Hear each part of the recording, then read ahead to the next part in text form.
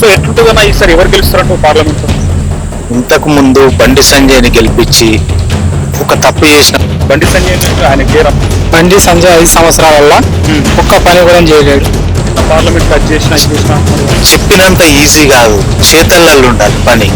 చెప్పంగానే సరిపోదు, మతపరంగా రెచ్చగొడుతుంది. బాగా గట్టిగా మాట్లాడతారు కదా నా పార్లమెంట్ కట్ చేసిన కరీంనగర్ పార్లమెంట్ పరిధిలో ఒక్క పని కూడా చేయని సన్నాస్ అంటే బండి సంజీవ్. సో కాంగ్రెస్ గెలుస్తుంటారా కరీంనగర్ పార్లమెంట్? పక్కా గెలుస్తుంది. ఈసారి మళ్ళీ ఎన్నికలు వస్తున్నాయి, ప్రజలందరూ రిటైర్ అవ్వాలనుకుంటున్నారు. మీ ఉద్దేశం ఎట్టున్నది? మీరు ఎవరు కొట్టేస్తారు? బండి సంజయ్ గారు అంతకన్నా హీనంగా తయారైనరు. వాడు ఒక్క నిధిని కూడా మన కరీంనగర్ పార్లమెంట్ స్థానానికి తెచ్చిన దాఖలాలు అయితే కనబడలేదు. బండి సంజయ్ గారు ఎక్కడ కూడా ఏ పని చేయలేదు. ఆ హిందూ అనుకుంటా ఆ రాజకీయం చేసి ఎందుకన్నా ఇంత భరోసా వ్యక్తం చేస్తున్నాం కాంగ్రెస్? ఈసారి నరేంద్ర మోడీ చేసింది ఏమీ లేదు. బండి సంజయ్ గెలవడంటావా? 100% గెలవడు. ఆయన డబ్బకాలు హంగామా తప్ప ఆయన చేసింది ఏం లేదు. అన్న నమస్తే. నమస్తే అన్న. ఏం పేరే? నా పేరు కమలాకర్. ఏం చేస్తావన్నా? నేను సెంట్రింగ్ పని చేస్తాను. సెంట్రింగ్ పని చేస్తావా? ఏది కరీంనగర్ పార్లమెంట్? కరీంనగర్ పార్లమెంట్. ప్రస్తుతం బండి సంజయ్ ఎంపీగా ఉన్నాడు కదా.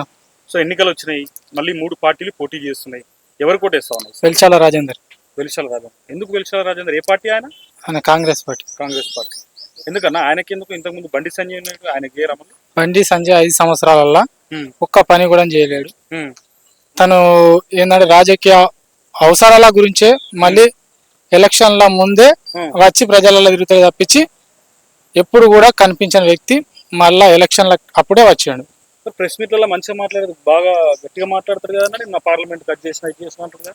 కరీంనగర్ పార్లమెంట్ పరిధిలో ఒక్క పని కూడా చేయని సన్నాస్ అంటే బండి సంజీవ్. ఇక వినోద్ కుమార్ ఉన్నాడు, తను కూడా పార్లమెంటు 5 సంవత్సరాలు చేసిండు. తను కూడా ఒక మా నియోజకవర్గానికి, ఏ నియోజకవర్గం? మాది వెమ్లాడ్ నియోజకవర్గం.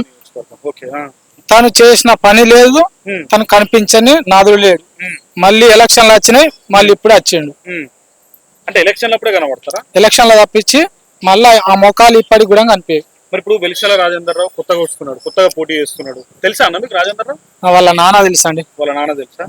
ఓకే. మరి ఈయన మంచిగా చేస్తాడంటవా? వీళ్ళిద్దరు చేయలేదు అంటున్నావు, మరి ఆయన మంచిగా చేస్తాడంటవా? చేస్తాడండి, నా మీద మాకు నమ్మకం ఉంది. వాళ్ళ తండ్రి అప్పుడు వాళ్ళ తండ్రి గారు చేసిర్రు. తండ్రి వారసత్వంగా మళ్ళీ నేను కూడా సేవ చేసి పేరు తెచ్చుకోవాలని తను ముందుకు వచ్చిండు. తనను గెలిపించి మేము మాకు కావాల్సిన పనులు చేసుకుంటానికి మేము సిద్ధంగా ఉన్నాం. ఆయనకి ఓటేస్తారు. చాలా మెజార్టీ వస్తుంది. మెజార్టీతో గెలుస్తాడు సార్. మెజార్టీతో గెలుస్తాడు. ఎందుకన్నా ఇప్పుడు రాష్ట్రంలో కాంగ్రెస్ పార్టీ ప్రభుత్వంలో ఉంది, అంటే కరీంనగర్ పార్లమెంట్ కూడా ఖచ్చితంగా కాంగ్రెస్ పార్టీ కైవసం చేసుకుంటుంది, ఓటేస్తాం అంటున్నావు. మరి మన కేంద్రంలో కూడా ప్రధానమంత్రి రాహుల్ గాంధీ అవుతాడంటావా? అవుతారండి ఖచ్చితంగా. 355 సీట్లతోటి ఖచ్చితంగా ప్రధానమంత్రి రాహుల్ గాంధీ అవుతాడా? ఎందుకన్నా ఇంత భరోసా వ్యక్తం చేస్తున్నావు కాంగ్రెస్ మీద? ఈసారి నరేంద్ర మోడీ చేసింది ఏమీ లేదు. వచ్చిన కోట్లని వెనకేసుకుండు. ఆందానికి వాళ్ళకు వీళ్ళకు అంతా దోషిపెట్టింది తప్పించి గరీబోళ్లకు ఆదుకున్న నాదుడైతే లేడు. సో కాంగ్రెస్ పార్టీ ఆదుకుంటది. ఆదుకుంటది. నమస్తే అన్న. నమస్తే. ఏం పేరే? చేపూరి గంగాధర్. ఏం చేస్తారన్నా? వ్యాపారం చేస్తారా? ఇది కరీంనగర్ పార్లమెంట్ కిందకి వస్తుందా? మాది నిమ్మపల్లి కోనరాపేట మండల్. పార్లమెంట్ పరిధి కరీంనగర్ పార్లమెంట్ పరిధి కిందకే వస్తుంది. ఎవరన్నా ప్రస్తుతం ఎంపీ బండి సంజయ్. మరి ఇప్పుడు ఎన్నికలు వస్తున్నాయి, తెలుసా మీకు? తెలుసు. కాంగ్రెస్ నుండి, బీఆర్ఎస్ నుండి, బీజేపీ నుండి మళ్ళీ పోటీ చేస్తా ఉన్నారు. కాంగ్రెస్ నుండి ఎవరు పోటీ చేస్తున్నారు పార్లమెంట్? వెల్చాల రాజేందర్ రావు. బీఆర్ఎస్ నుండి వినోద్ కుమార్. మళ్ళీ బీజేపీ నుండి బండి సంజయ్ పోటీ చేస్తారు. సో ఎట్లుంటుందన్నా ఈసారి ఎవరు గెలుస్తారంట పార్లమెంట్ లో? ఇంతకు ముందు బండి సంజయ్ని గెలిపించి ఒక తప్పు చేసినామనేది భావన ప్రజల లోపల ఉంది. ఆయన ప్రెస్ మీట్లలో మంచిగా చెప్తున్నాడు కదా, నిన్న పార్లమెంట్ కట్ చేసిన అంటున్నాడు. చెప్పినంత ఈజీ కాదు, చేతల్లో ఉండాలి పని. చెప్పంగానే సరిపోదు, చెప్తే ఏమైతే దా తమ్మి చాదాగురా అంటాడు. అనగానే నీకు కడుపు నిండుతుందా? నిండదు. తాగితే నిండుతుంది. ఆయన చెప్పేది చెప్తాడు, మతపరంగా రెచ్చగొట్టే మాటలు మాట్లాడతాడు. ఆ రెచ్చగొట్టే మాటలే గాని ఇప్పటికైతే చేసింది ఏం లేదు కరీంనగర్ జిల్లాకు. ఇప్పుడు కూడా మళ్ళీ చేస్తాడు అనేది నమ్మకం ఏం లేదు. కానీ ఓటేసి సంజయ్కి ఓటేసి ఖరాబ్ చేసుకున్నాడేమో అని అందరూ విచారంలో ఉండి వెల్చాల రాజేందర్ రావు కాంగ్రెస్ పార్టీని గెలిపియాలని ఆలోచనలా అందరూ ఉన్నారు. మరి తెలుసా మీకు వెలిచాల రాజేంద్రరావు మంచోడా మరి ఆయన పోటీ తెలుసు తెలియదనే కాదు, ఉమ్, కాకపోతే సెంట్రల్ లో కాంగ్రెస్ పార్టీ అనేది ఉన్నట్టయితే ఉమ్, దేశానికి ప్రతిష్ట పెరుక్కుంటూ సామాన్యునికి ధరలు అందుబాటులో ఉండేటట్టు ఉంటాయని చెప్పి ప్రజలు అనుకుంటారు. ఉమ్. సో ఇప్పుడు మరి బీఆర్ఎస్ నుండి బోయినపల్లి వినోద్ కుమార్ పోటీ చేస్తున్నాడు. ఆయన కూడా గతంలో మాజీ ఎంపీ కరీంనగర్కి. ఆయన ఎట్లా ఆయన కూడా నేను చాలా డెవలప్ చేసిన కరీంనగర్ పార్లమెంట్ లో అంటాడు కదా. ఒక్కటి ఆలోచించుకోవాలి తమ్మి, ఇంతకు ముందు బోయినపల్లి వినోద్ కుమార్ ఉన్నాడు, పొన్నం ప్రభాకర్ ఉన్నాడు. అవును కాంగ్రెస్ గవర్నమెంట్ ఉన్నప్పుడు పొన్నం ప్రభాకర్ ఉన్నాడు. అవును ఆయన శత విధాల ప్రయత్నం చేసి ప్రాణానికి తెగించి తెలంగాణ తీసుకొచ్చిండు. అవును. ఇలా బోయినపల్లి వినోద్ కుమార్ ఏం చేసిండు? ఉమ్, ఆయనే పదవిని అనుభవించిండు ఖాళీ. ఉమ్, పొన్నం ప్రభాకరు పదవిని వదులుకోనైనా కానీ తెలంగాణ తేవాలనుకున్నాడు, తీసుకొచ్చిన యోధుడు, ఉమ్, వీరుడు. ఉమ్, కాంగ్రెస్ పార్టీలు ఉంటే అది సాధ్యమైంది. ఉమ్, ఇవాళ టీఆర్ఎస్ లా బోయినపల్లి వినోద్ కుమార్ ఏం చేసిండో ఒకసారి చెప్పాలి. ఉమ్, ఆయన పదవి అనుభవించిండు, పైసలు సంపాదించుకున్నాడు, ఉమ్, అంత గంతే. ఉమ్, ఏముంటది, మళ్ళా అయితే మళ్ళా గంతే. ఉమ్, ఇవాళ బండి సంజయ్కి అయితే బండి సంజయ్కి ఇంతకు ముందు ఉన్నప్పుడు టీచర్ కొడుకుని అన్నాడు, ఇంజనీర్ కొడుకుని అన్నాడు, ఉమ్, ఆయనకు అప్పుడు పుస్తకాలు కూడా తెచ్చిన అన్నాడు. ఇవాళ ఎన్ని పైసలనే వాళ్ళకే తెలియదు. ఉమ్. సంపాదించుకునేటోని కొరకే కానీ ఈ ఓట్లు అడుగుడు, ప్రజలకు సేవ చేద్దామనే ఆలోచన మాత్రం లేదు. ఓకే, ఇప్పుడు మీరు ఏమంటున్నారంటే బీఆర్ఎస్ ఉన్న బీజేపీ అంత చెప్పుడు మాటలతోనే ఈ 5 సంవత్సరాలు కాలంలో తీసిరు అంటారు. మరి అంటే మీరు పార్లమెంట్ మీ దేవురన్నా మన నిమ్మపల్లి నిమ్మపల్లి మీ ప్రాంతంలో పార్లమెంటు నుంచి రావాల్సిన నిధులు వీళ్ళిద్దరు తీసుకురాలేదన్నా? ఎవరిద్దరు కూడా ఇప్పుడు చరిత్ర చూస్తే వెళ్తుంది. ఇప్పుడు ఈ మా దగ్గర పెంటకాగా అని ఉంటది, ఉమ్, ఆ బ్రిడ్జి దిగిపోయింది ఉమ్, 3 సంవత్సరాల. ఉమ్, ఇంతకు ముందు మరి ఇప్పుడు టీఆర్ఎస్ ఎమ్మెల్యే ఉండే, ఉమ్, టీఆర్ఎస్ గవర్నమెంటే ఉండే, ఉమ్, అందులో బోయినపల్లి వినోద్ కుమార్ పాత్ర ఉంటది. ఉమ్, మరి ఎందుకు చేయలే మాకు? ఉమ్, అదే కాంగ్రెస్ ప్రభుత్వం ఉన్నప్పుడు వేసినటువంటి బ్రిడ్జీలు తెగిపోతే కట్టి అన్నటువంటి బీఆర్ఎస్ గాని బీజేపీ గాని ఉమ్, ఇప్పటి వరకు చేయాలి. ఉమ్, అదే కాంగ్రెస్ గవర్నమెంట్ లో మేము కట్టించినాం. ఇప్పుడు కూడా కట్టించడానికి కొరకు సిద్ధంగా ఉన్నది. ఉమ్. ఆ. సో కాంగ్రెస్ గెలుస్తుందంటారా మరి కరీంనగర్ పార్లమెంట్? పక్కా గెలుస్తుంది, పక్కా గెలుస్తుంది, పక్కా గెలుస్తుంది. డౌట్ లేదంటారు? డౌట్ లేదు, ఓకే. 100% డౌట్ లేదు. అన్న నమస్తే, నమస్కారం. ఏం చేస్తారన్నా? నేను సుద్దాల గ్రామం మాది. నేను కచ్చకాయలు వెళ్ళానని మాజీ వైస్ ఎంపీపీ. ఆహా, పాలిటిక్స్ లో ఉన్నారా? పాలిటిక్స్ లో దాదాపుగా ఉన్నా, అంటే ఇండిపెండెంట్ గా కొనసాగిన ఇటు అటు. నేను ఎక్స్పీరియన్స్ ఇప్పుడు ఏ ఉన్న పార్టీలో ఉన్నారన్నా? నేను ప్రస్తుతానికి ఇండిపెండెంట్ గా కొనసాగుతున్నా, ఉమ్, ఏ పార్టీలో లేను. కానీ కాకపోతే గత 25 years నుంచి రాజకీయ అనుభవం ఉన్న వ్యక్తిగా ఈ ప్రాంత ప్రజలకు సేవ చేస్తూ ఉన్నాను. ఉమ్. వైస్ ఎంపీపీగా కూడా మండల్లో పోయిన టర్మ్ లో చేశా. సార్ నువ్వు నాకు మంచి మనిషి దొరికిరు మీరు. Thank you.